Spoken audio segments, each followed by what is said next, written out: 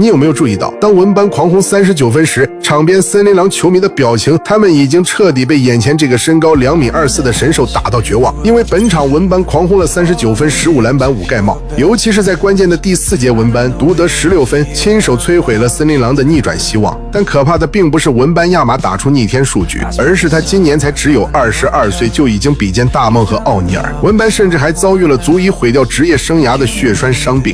当时几乎外界大多数人都断言文班的职业生涯已经提前结束，但没想到伤愈复出的文班却打出了 MVP 级别的表现。因为他不仅拥有历史级别的身体天赋，自律才是文班身上最可怕的东西。当去年夏天 NBA 球星都扎堆来到中国，为了捞金进行各种商业活动，而文班却显得格格不入，竟然前往少林寺出家修行，每天早上4点就起床，跑到深山老林打坐修行。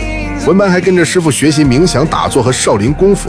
这并不是一场真人秀，而是文班远离聚光灯的自我修炼。他的目的是为了让自己的身心能承受住来自外界不同的压力。所以尽管如今在比赛中遭遇对手各种恶意犯规和大尺度动作，但文班几乎从来没有出现过心态失控。在结束少林寺修行之旅后，文班又马不停蹄投入到篮球训练。他特意找到了奥拉朱旺打磨自己的低位进攻技巧。文班很清楚，只靠天赋并不能延长自己的职业生涯，只有让自己变得更加全能，才能适应如今的小球时代。文班本场关键时刻面对戈贝尔，就投进了大梦传授的转身后仰。在提升完进攻技巧后，文班又主动请教加内特来改善自己的防守细节。尽管当时的文班已经展现了顶级的防守天赋，但他从没有停止过继续前进的脚步。本赛季的最佳防守球员就是对于文班最好的馈赠。更恐怖的是，文班早在马刺训练营开始前2个月就已经自己开启了魔鬼训练，每天早起晚归，并且坚持1日双练。文班甚至在周末都不会选择休息，从体能提升到力量增强，再到攻防细节的打磨，文班几乎把所有的时间都留在了训练场。主帅米奇都直言，我从没见过有人这样疯狂训练过。在本赛季开始前的发布会上，文班也告诉所有人，我保证这个夏天没人像我这样刻苦训练。所以你可以看到，新赛季的文班肌肉维度明显粗壮了1圈，他在攻防两端的表现都有着质的提升。常规赛仅出战29分钟的文班就场均轰下25分、12篮板、3盖帽。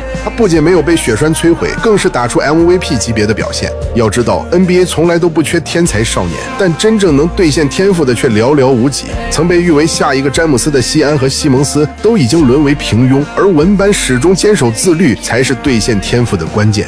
属于他的时代或许已经悄然拉开序幕。各位，你看好马刺还是森林狼最终晋级？欢迎讨论。